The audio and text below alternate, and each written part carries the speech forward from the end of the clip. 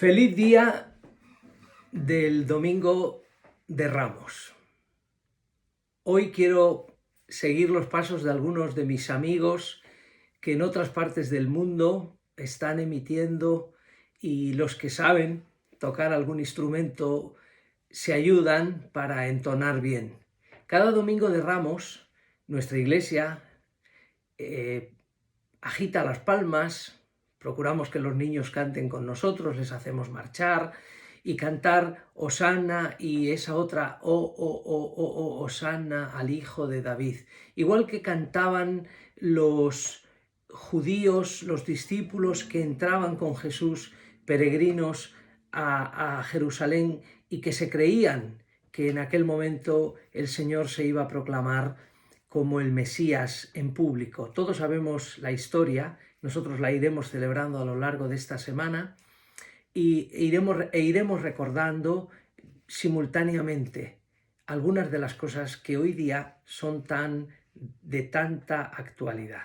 Así que, si os parece, me vais a acompañar desde vuestra casa y vamos a ir cantando la primera canción, que dice Hosanna, y glorifiquemos a Dios mientras lo cantamos.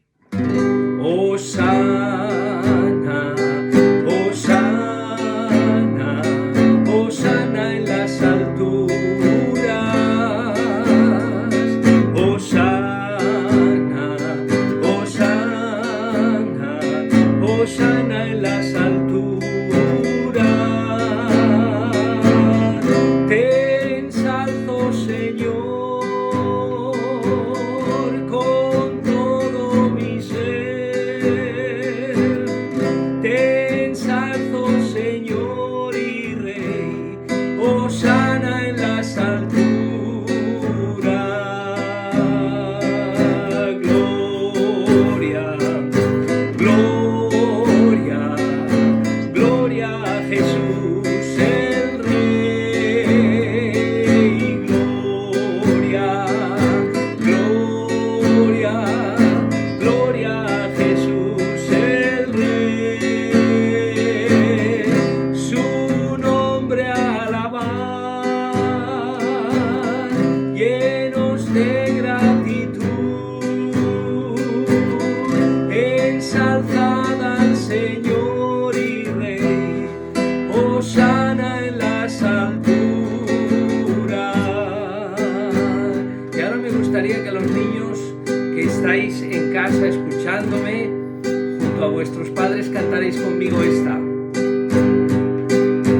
Gloria, gloria, gloria a Jesús el Rey.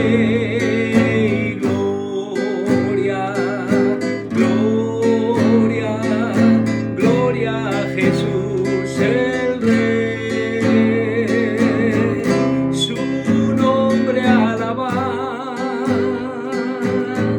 llenos de gratitud. Ensalzad al Señor y Rey. Hosanna en las alturas.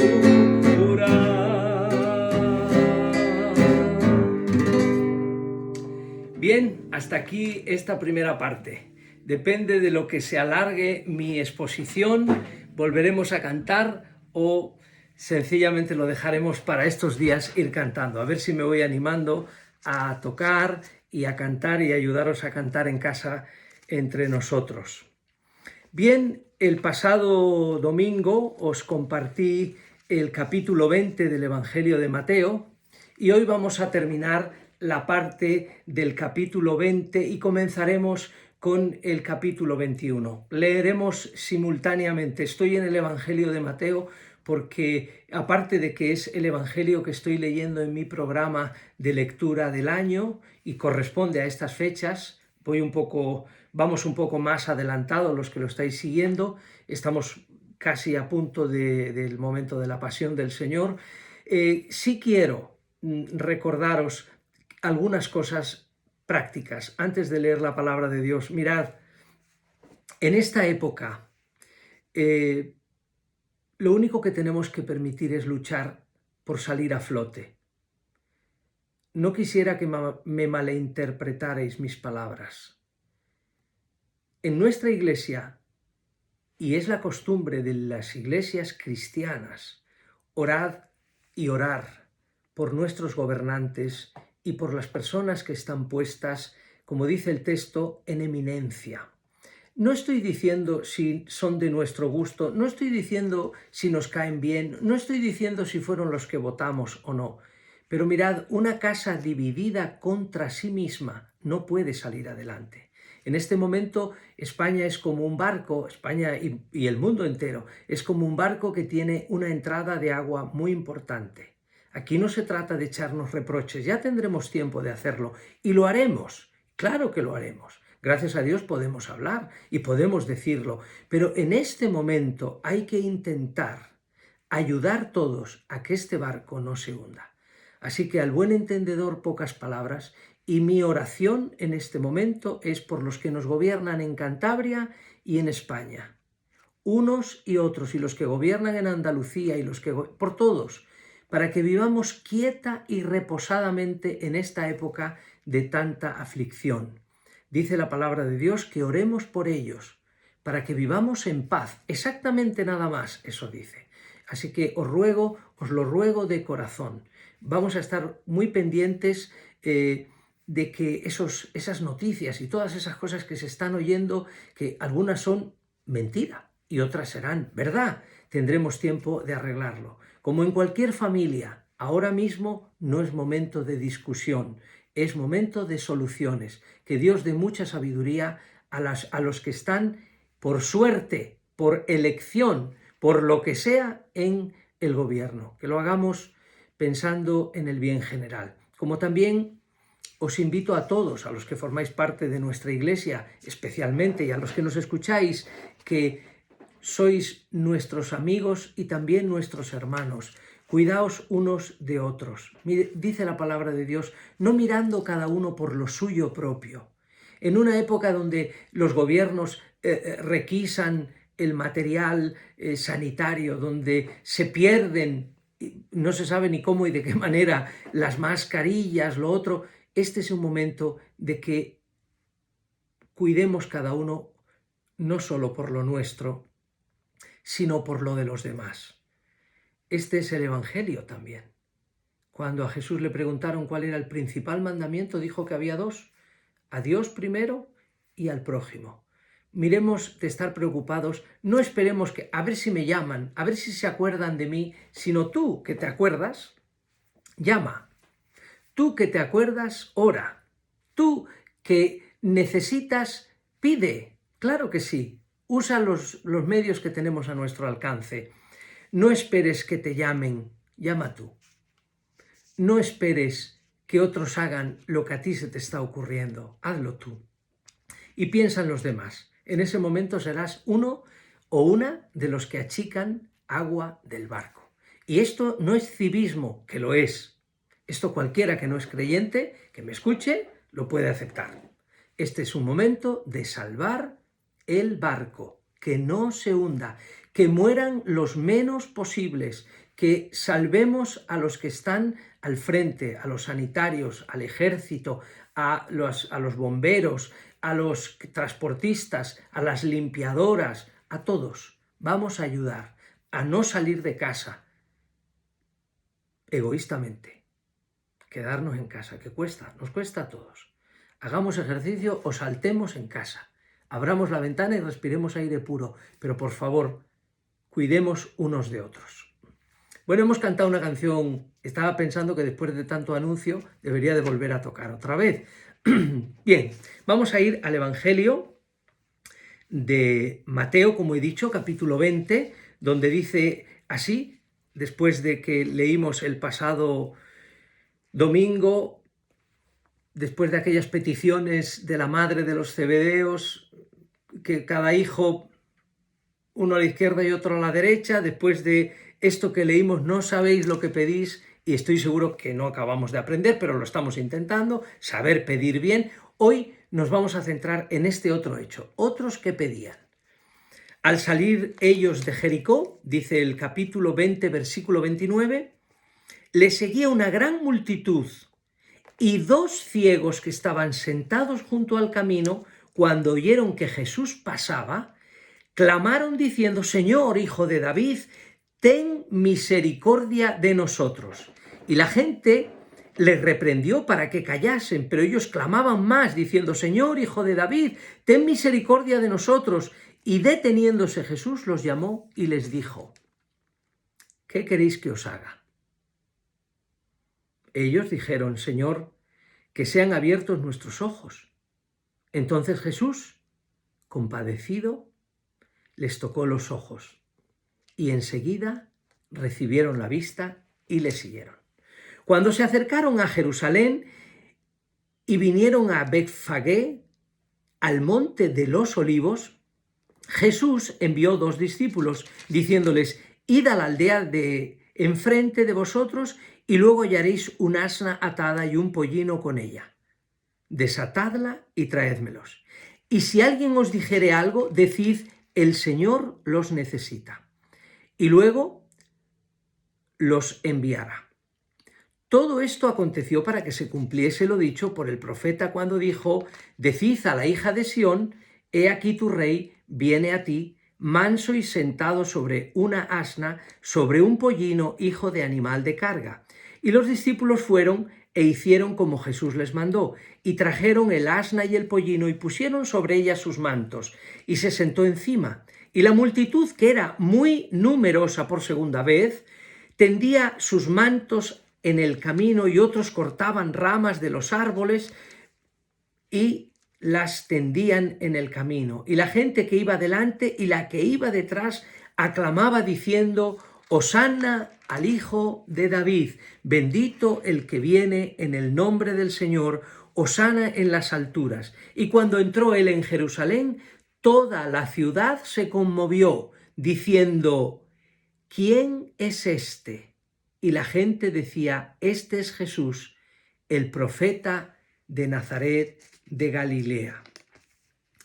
Hasta aquí de momento la palabra de Dios. Seguramente leeré algo más relacionado con los acontecimientos que pasaron también ese día. Muchas veces el Domingo de Ramos la gente piensa que lo único importante que pasó es que Jesús entró en Jerusalén montado en la borriquilla y fue aclamado, y que llevaba una multitud inmensa de peregrinos que iban cantando, y que iban cantando precisamente algunos de los salmos, que era la costumbre. Seguramente que cantaban ese que en algunas iglesias dicen: qué alegría cuando me dijeron vamos a la casa del Señor, porque iban hacia Jerusalén, iban subiendo, que nosotros en nuestra iglesia le cantamos con ese otro matiz: yo me alegré con los que me decían, a la casa del Señor iremos, nuestros pies están en Jerusalén. Bien, algunos aspectos del texto que hemos leído que me llama muchísimo la atención. Os invito a que leáis siempre la Biblia reflexionando. Había un modelo que todavía se utiliza que se llama Lectio Divina, que la lectura hay que hacerla hacia afuera y hacia adentro, y hay que encontrar qué nos está diciendo a nosotros ahora. La Biblia es la palabra de Dios, y la palabra de Dios es viva y es eficaz, y entra dentro de nosotros y separa las intenciones de nuestro corazón, las coyunturas, los tuétanos. Hebreos capítulo 4. Bien, el primer aspecto. Lo primero es que el Señor acaba de salir de Jericó. Creo que todos sabéis lo que había pasado en Jericó. En Jericó también habían tenido la experiencia de encontrarse con publicanos. Estaba hablando con un amigo por teléfono con el que gasto algo de tiempo hablando de cosas que necesito aclararme sobre temas legales y asuntos prácticos de la asociación o de la iglesia, y le decía que el Señor gastó mucho tiempo con los publicanos, y él me dijo una frase que me llamó mucho la atención. El Señor vino a buscar a los pecadores. ¿Es verdad? Si no te consideras un pecador, a ti no te vino a buscar. Si no te consideras enfermo, pues realmente no tienes necesidad de médico. Si te acercas a Jesús, es porque lo necesitas. Si te acercas a Jesús, si nos acercamos a la palabra de Dios, es para encontrar en ella palabra de Dios, palabra del Señor. Algunas veces la palabra es reprensión. Algunas veces la palabra es cortante. Otras veces es de alabanza. No solo a Dios, sino a ti, que estás tratando de hacer las cosas bien. Y siempre es de esperanza y de vida. Esas palabras de vida y para la vida. Los peregrinos van con Jesús, están emocionados, han visto milagros, Lázaro ha resucitado hace poco, han encontrado en casa de Zaqueo, en fin, han pasado cosas muy interesantes, ha habido milagros por el camino y van, permitidme la expresión, exultantes de gozo, no enfervorizados, que también, pero exultantes, emocionados, creen que llevan al Mesías y lo llevaban, no de la manera que ellos creían que lo llevaban. Ellos pensaban que iba a ser el que iba a quitar a los romanos, a Herodes y a los del templo de su sitio y se iba a colocar él, pero no, Jesús entraba manso, no a caballo, sino en burro. Más de una vez me habéis oído que Jesús todavía entra a través de ti en muchos sitios. Tú puedes ser ese burrito, tú puedes ser ese borriquito, esa borriquita en la que Jesús está. Y a través de ti con mansedumbre no quebrará la caña cascada, no apagará el pábilo que está humeante, no voceará, pero entra. Jesús en este caso está entrando y hay dos ciegos que han oído, no han visto, pero han oído, que está Jesús, un tal Jesús de Nazaret, hace milagros. Ya le consideran un profeta. Ellos están ciegos y en su ceguera claman. Y claman a gritos. Curiosamente los discípulos decían que os calléis, que no gritéis. Pero aquí se queja el que le duele algo. Aquí pide el que necesita. Aquí clama el que está en angustia. Y ellos quieren ver. La escena es increíble. Que os calléis. Y ellos gritaban más, ten misericordia, qué bonito, ten misericordia de nosotros.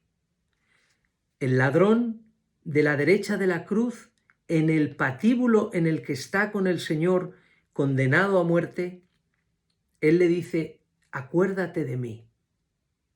Y el Señor le contesta, estos dicen, ten misericordia, compadécete, Señor, de nuestra condición. Y el Señor manda llamarlos. ¿Sabes?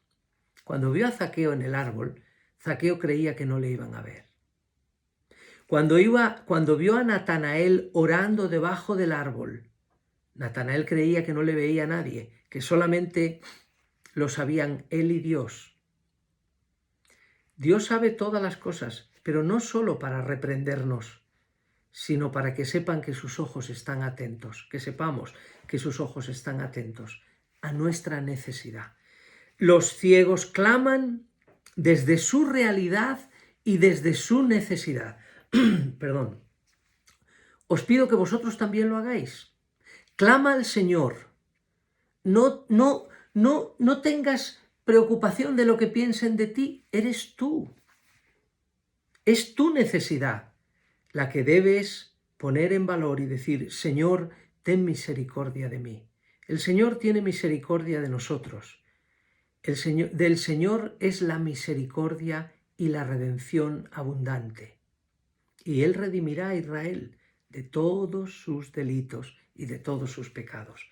En segundo lugar, quería mencionaros que en este relato es de esas preguntas que hace Jesús que algunos de los que leemos la Biblia ya nos imaginamos que sabemos la respuesta, pero yo la voy a plantear.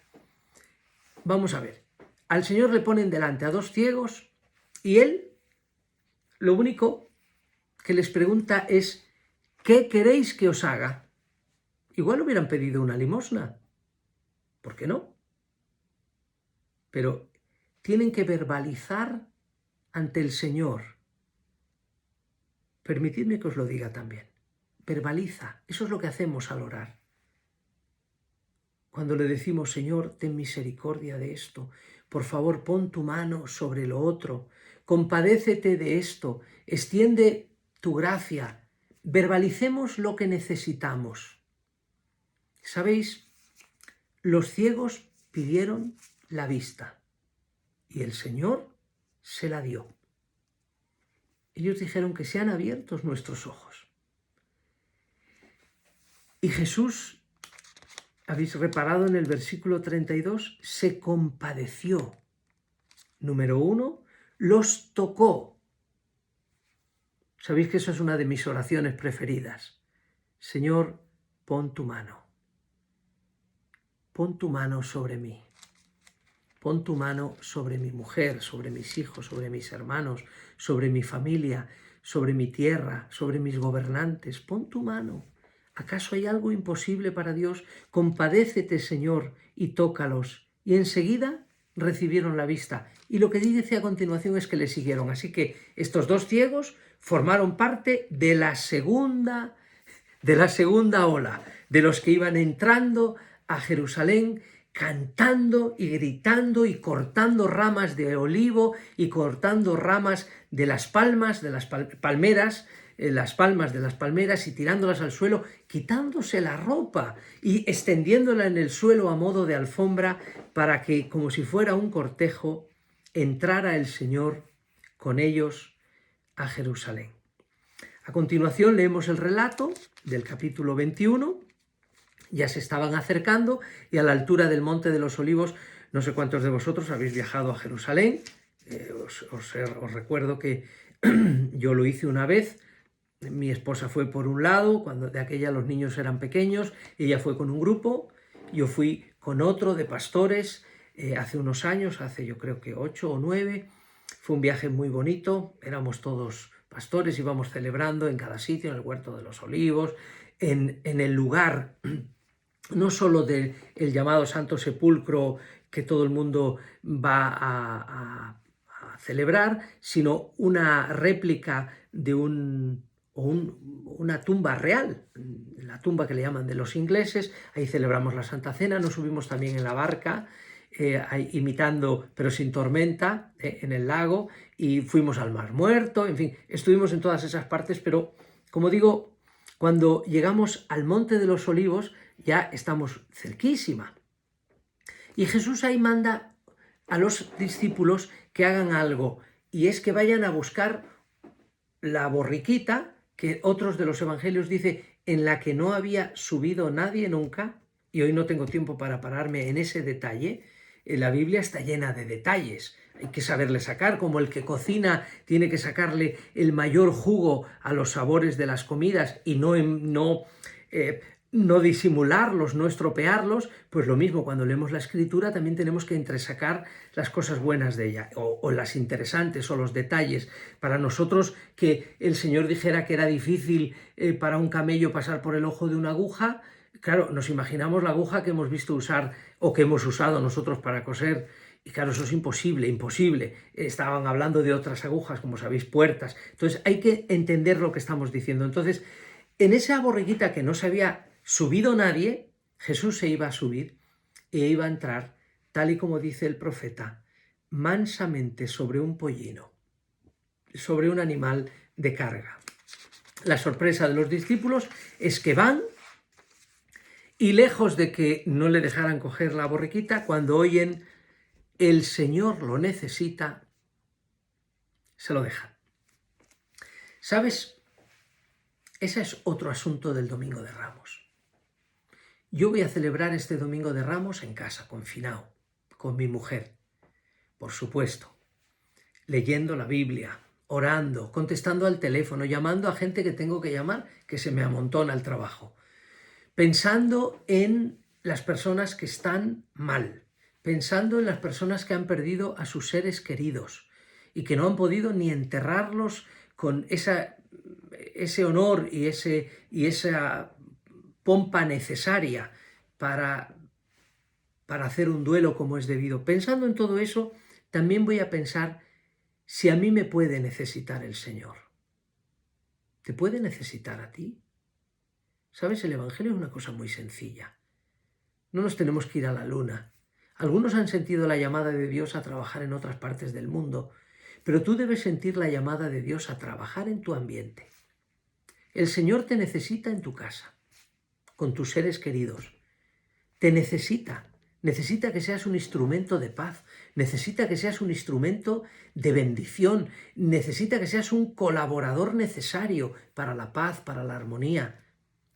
Nos necesita para parar esta epidemia. Nos necesita para predicar el Evangelio. Nos necesita como ejemplos vivos, como si fuéramos Biblias andantes, textos bíblicos que vamos no repitiéndolos, sino viviéndolo de tal manera que al ver nuestras buenas obras glorifiquen a Dios, tal y como leemos. El Señor lo necesita. Y cuando entró en Jerusalén, dice el texto que hemos leído, que la gente preguntaba, ¿y quién es este? ¿Quién es este? Todavía hay mucha gente que no sabe quién es Jesús. Un día Jesús le preguntó a sus apóstoles, ¿quién dice la gente que soy yo? ¿Sabes? La gente dice muchas cosas. Puedes conocer a Jesús porque te lo enseñaron desde pequeño, pero eso no es conocerlo. Los niños de nuestra iglesia me oyen y os oyen a vosotros. No se es cristiano por ser hijo de un padre cristiano. No. Se es cristiano porque conoces a Jesús, porque has tenido un encuentro con Él, porque has tenido una experiencia con Él. Cuando el Señor le pregunta a sus discípulos, ¿quién dice la gente? Luego les pregunta más directamente, ¿y vosotros quién decís que soy yo? Y Pedro, ese Pedro que unas veces acierta magistralmente y otras veces se equivoca impresionantemente, Pedro apóstol o San Pedro, en ese momento Pedro dice, tú eres el Cristo, el Hijo de Dios. Y el Señor dice, esto no te lo ha revelado nadie de carne ni de sangre, sino mi Padre. ¿Quién es este? Este es el Salvador del mundo. Este es el que todos mis vecinos y yo necesitamos. Este es Jesús, el Cordero de Dios, que quita el pecado del mundo. Este es el Señor precioso y suficiente para salvarnos, porque no hay otro nombre bajo el cielo dado a los hombres en el que nos podamos salvar. Así dice la Escritura. No hay otro nombre, no hay otro ser, no hay nadie, solo Jesús tiene palabras de vida eterna. Me hubiera quedado con las ganas, pero como creo que tengo unos minutos más, quiero seguir leyendo en el capítulo 21 precisamente algunos episodios. Lo primero que sucede es que dice en el versículo 12, entró Jesús, nada más que llega a Jerusalén, entró en el templo de Dios y echó fuera a todos los que vendían y compraban en el templo, volcó las mesas de los cambistas y las sillas de los que vendían palomas, y les dijo, escrito está, mi casa, casa de oración será llamada, mas vosotros la habéis hecho cueva de ladrones. Y vinieron a él en el templo ciegos y cojos y los sanó, pero los principales sacerdotes y los escribas, viendo las maravillas que hacía, y a los muchachos aclamando en el templo y diciendo, Hosanna al Hijo de David, se indignaron y le dijeron, ¿oyes lo que estos dicen? Y Jesús les dijo, sí, ¿nunca leísteis? De la boca de los niños y de los que maman, perfeccionaste la alabanza. Y dejándolos, salió fuera de la ciudad a Betania y posó allí. Interesante. Muchas veces he llegado a la conclusión de que incluso los que leen la Biblia no se han dado cuenta que esto sucede justamente el mismo día. No es que un día fue y volcó las mesas, que otro de los evangelios dicen que hizo unas cuerdas y tiró como un látigo y tiró las mesas y volcó las mesas de los cambistas. Sabéis que el dinero del templo no se podía usar el dinero civil. El dinero del templo era un dinero que había que cambiarlo. Así que había una oficina bancaria, para entendernos, en el templo. Igual que también, aunque habría que llevar un cordero, por ejemplo, nuestro Señor, cuando fue llevado por María y José a la presentación, la purificación de María, llevaron lo que llevaban los pobres, 2 tórtolos. Y probablemente, en vez de cargar con ellos, los compraban en el templo. Pero voy a explicar el porqué de ese relato. Aquí un Jesús enfadado, muy enfadado, vuelca las mesas. No creemos que se metía directamente con las personas, les trató mal a todo lo que molestaba. Y os voy a decir dónde estaba este mercadillo. Imaginaros, en el templo había el atrio de los gentiles, el que hubiéramos usado nosotros los que no somos judíos de raza, no podíamos entrar al templo donde entraban los judíos, ni siquiera las mujeres también tenían una parte alta desde donde escuchaban desde unas celosías, pero no les estaba permitido ni leer la escritura ni participar del culto. Tenían que escucharlo indirectamente. Y los niños, a partir de los 12 años, los varones, y solo los varones, aprendían a leer la Torá y demás. ¿Dónde tenían el mercadillo? En el patio de los gentiles. Mi casa es casa de oración para todos los pueblos.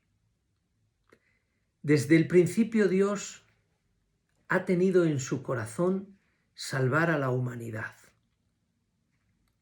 A veces los que creemos montamos tal tinglao alrededor de nuestra fe que hace que otros no escuchen.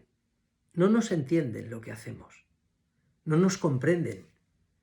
Hemos convertido la alabanza, la adoración, la asistencia religiosa, los actos litúrgicos de unos y de otros en sí mismo en importantes, y no lo son. El importante es Dios, y los segundos, que todo el mundo sepa que tanto amó Dios al mundo, que dio a su Hijo.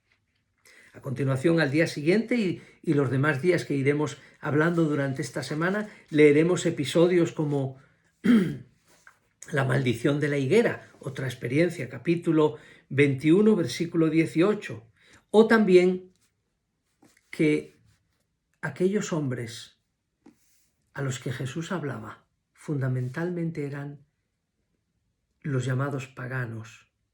Y leeremos textos como este: de cierto os digo que los publicanos y las rameras van delante de vosotros en el reino de Dios. Porque vino a vosotros Juan en camino de justicia y no le creísteis, pero los publicanos y las rameras le creyeron. Y vosotros, viendo esto, no os arrepentisteis después para creerle.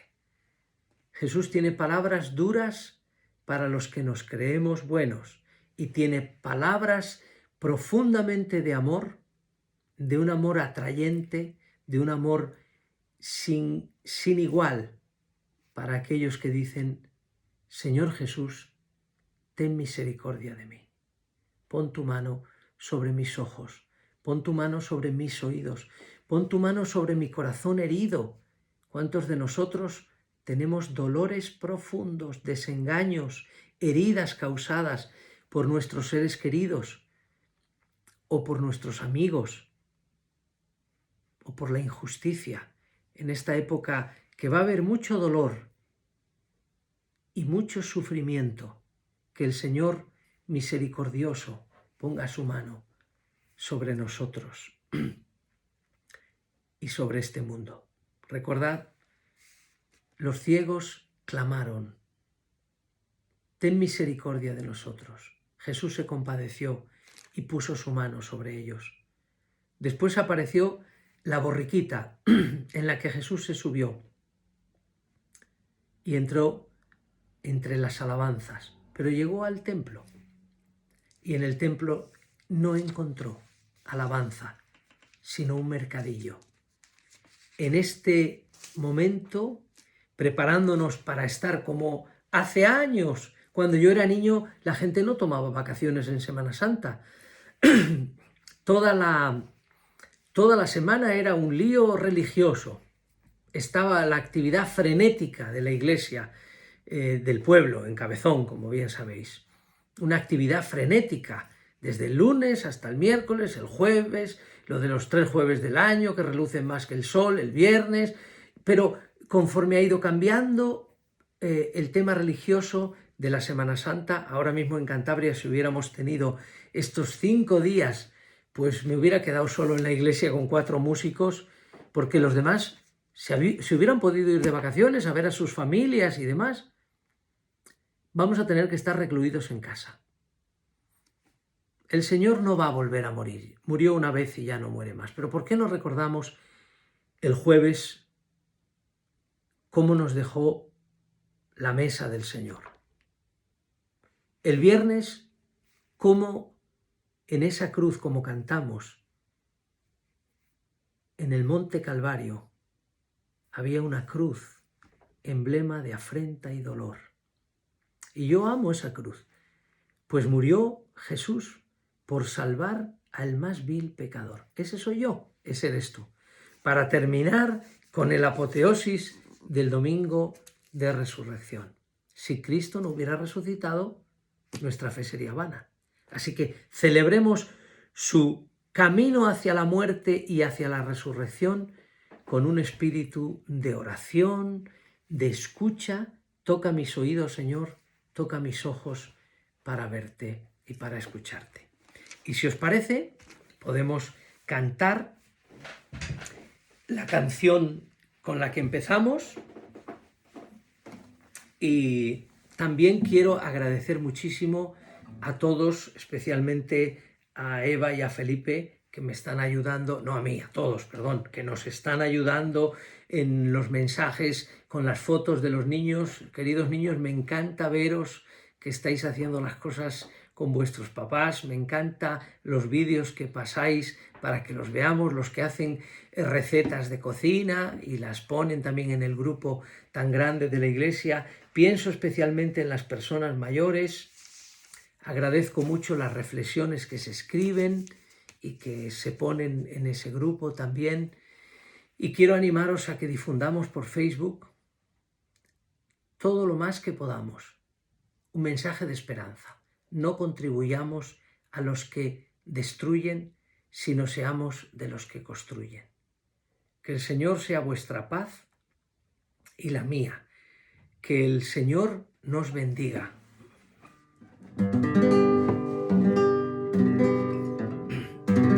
Hosana, Hosana, Hosana en las alturas. Hosana, Hosana, Hosana en las alturas. Te ensalzo, Señor, con todo mi ser. Te ensalzo, Señor y Rey. Hosana en las alturas.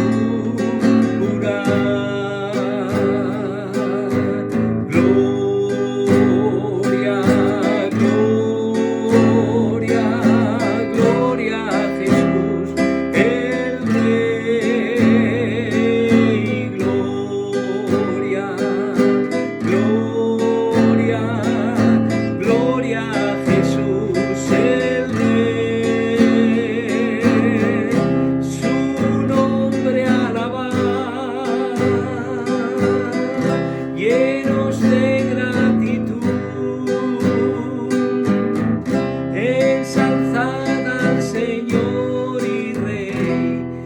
Hosana en las alturas. Señor, te damos gracias por habernos podido una vez más congregar en torno, aunque sea a un vídeo, y estar juntos en el Espíritu. Te ruego, Señor, por cada uno de mis hermanos y de mis hermanas. te pido por sus circunstancias personales, que tú seas su paz y su bendición. También te pido por nuestros gobernantes, para que lo hagan con temor de Dios. Señor, en una situación difícil como la que estamos viviendo, creo que también las personas, hasta las más duras, nos podemos volver sensibles. Ayúdanos a pensar en los demás y no en nosotros mismos, y que pongamos la mirada en ti y podamos ser instrumentos tuyos en los que tú, igual que te subiste en aquella borriquita, puedas subirte en nosotros y desde nosotros ser de bendición a los que nos rodean. Que tu paz esté con nosotros, que tu bendición nos alcance a todos, que tu paz y tu bendición misericordiosa sea con los que han perdido a sus familias. Y Señor, que tú nos guardes en el hueco de tu mano, en el nombre de Jesús. Amén. Dios os bendiga. Nos veremos varias veces esta semana.